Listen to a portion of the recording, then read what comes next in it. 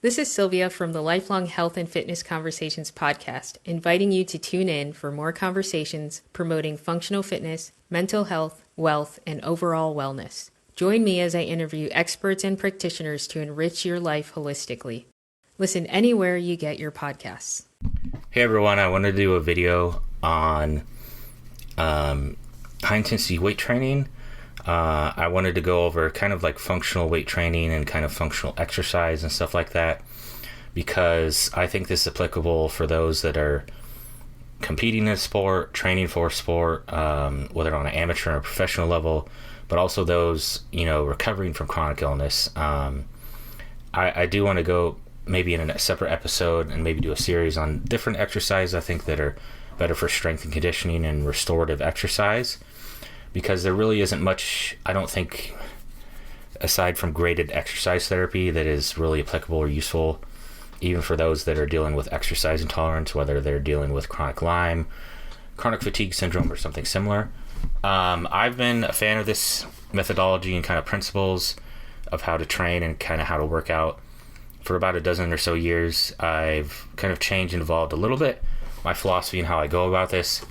I learned originally about this from the 21 convention about a dozen or so years ago. And from then, I kind of did my own research and started training that way. I read Body by Science by Doug Mcguff. I forgot the other author. And then also looked into Drew Baye and others as well, too.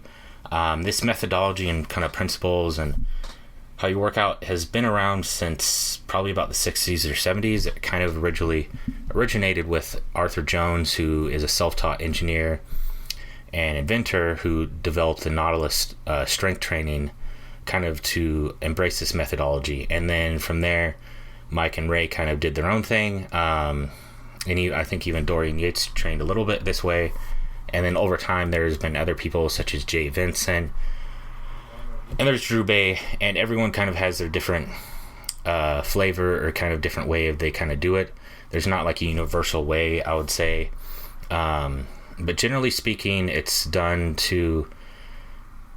Each set is done to failure. There's typically I do only about 4 or 5 compound exercises, and then I do 1, 2, or 3 isolation exercises. And I vary the order of the exercises, just so that different muscles fatigue at different rates, and so you kind of hit them all, because depending on genetics and how you train and stuff, different muscles will fatigue slower or faster.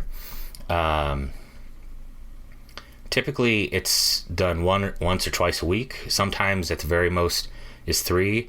It really depends on your genetics, and you have to kind of work with someone and kind of see and track progress.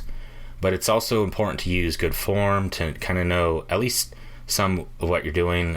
Go through it slowly, go through it intensely, breathe throughout, and then, I kind of typically kind of hyperventilate or whatever near the end of it as my muscles are starting to fatigue and kind of give out. I think if you're really looking to kind of work out efficiently and effectively and also in a timely manner, this is a good way to train. I don't think... there's a lot of misinformation and in my opinion, BS from exercise, enthusiasts, sports coaches, strength and conditioning coaches and stuff like that.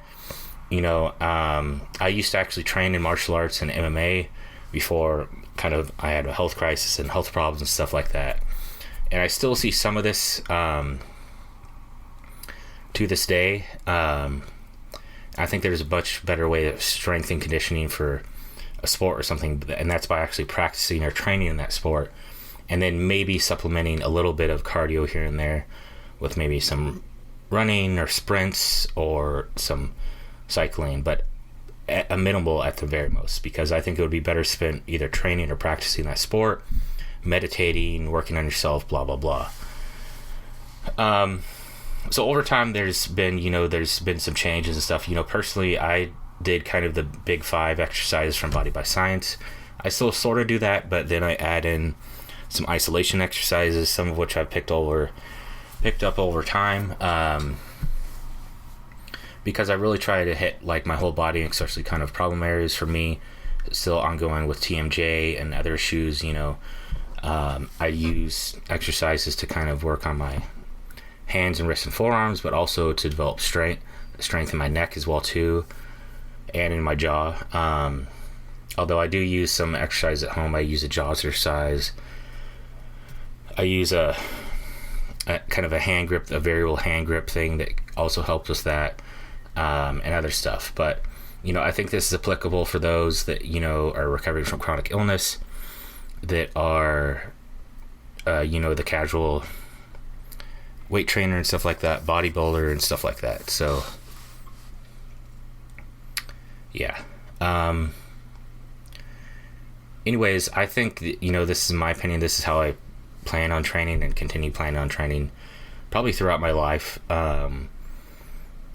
I've never quite got into weight training or kind of delved into it and kind of the biomechanics and stuff like that until probably about 10 years or so, actually more than 10 years. But I think it's important to, use proper form. You don't have to go through the full range of motion necessarily, because if you overextend one way or the other, that can cause injury.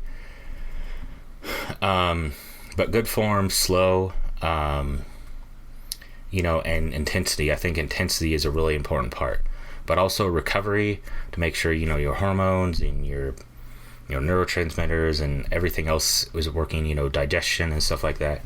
And then, sleep and recovery, that's really important. That's probably as important or more important than the actual workout.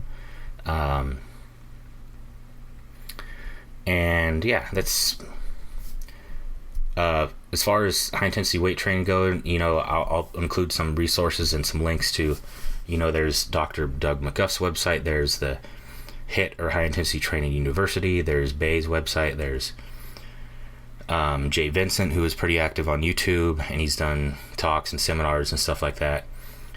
This was mentioned briefly and talked about some on Timothy Ferriss's blog some. I know he's made a few posts about it. It was also included in the 4 Hour Body. And, I think it was even included although the episode didn't air, as a series with Tony Robbins, someone was training like this as well too. But yeah, this is something that I've been doing, and, something I kind of specialize, I guess, a little bit, because I don't know of too many health coaches out there that kind of do this, or big ones or popular ones. I know Ben Greenfield does a little bit. I want to say Tony Robbins does maybe a little bit as well too.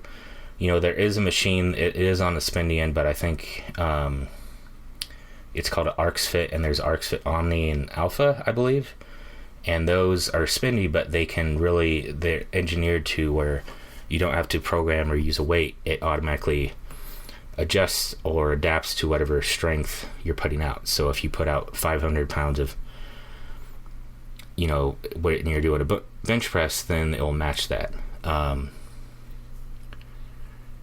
Yeah, I think that's really about it, all that I have to say. I do think, personally, I tend to use mostly machines, but I do use some free weights. I think, you can both use them safely. Machines are a bit more safer, I think. The strength curves are more consistent and constant, depending on, gravity and effects like that. But I personally prefer, especially if it's a good machine, especially like a modern or even older Nautilus machine or Med-X or Hammer Strength. A lot of weight training machines are kind of poor copycats, in my opinion, of kind of Nautilus. I still think they're better often than using body weight or free weights, but that's my opinion. But yeah, check out the links below. I may do more episodes on this, or at least functional kind of exercise and stuff like that, which is pretty simple. It's just walking, hiking, maybe doing some sprints if you're using it for kind of some sports training, but also doing like Tai Chi, Qigong, and like restorative yoga. But yeah, that's it.